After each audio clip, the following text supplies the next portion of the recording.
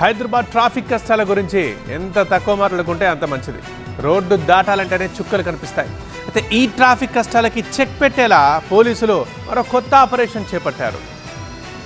హైదరాబాద్ లో ట్రాఫిక్ రోజు రోజుకు పెరిగిపోతుంది. ప్రధాన కూడళ్లలోని సిగ్నల్స్ దగ్గర కిలోమీటర్ల మేర వెహికల్స్ బారులు తీరుతున్నాయి. దీంతో ట్రాఫిక్ సమస్యకు చెక్ పెట్టడానికి పోలీసులు యాక్షన్ ప్లాన్ తో రంగంలోకి దిగారు. హైదరాబాద్, సైబరాబాద్, రాచకొండ కమిషనరేట్ల పోలీసు అధికారులు ఆపరేషన్ రోప్ పేరుతో స్పెషల్ డ్రైవ్ నిర్వహిస్తున్నారు. ఈ ఆపరేషన్ రోప్ లో భాగంగా రోడ్డుకు అడ్డంగా ఫుట్పాత్లపై నిర్మాణాలు, షాపులను తొలగిస్తున్నారు. ఫిల్మ్ నగర్ నుంచి టోలీ చౌకీ, మెజెస్టిక్ గార్డెన్స్ వరకు 2 క్యారేజ్ వేలలో ఆపరేషన్ రోప్ ను చేపట్టారు. ఈ స్పెషల్ డ్రైవ్ లో హైదరాబాద్ సిపి సివి ఆనంద్ పాల్గొన్నారు. హైదరాబాద్ లో రోజు రోజుకు వాహనాల సంఖ్య భారీగా పెరిగిపోతుందని, ట్రాఫిక్ కంట్రోల్ చేయడానికి నాయకులు, ప్రజలు పోలీసులకు సహకరించాలని సివి ఆనంద్ కోరారు. రోజువారీగా హైదరాబాద్, సైబరాబాద్, రాచకొండ కమిషనరేట్ లిమిట్స్ లో, పోలీస్ కమిషనరేట్ లిమిట్స్ లో 1500 వాహనాలు రోజువారీగా రోడ్డుపైకి రిజిస్ట్రేషన్ అయ్యి వస్తున్నాయి.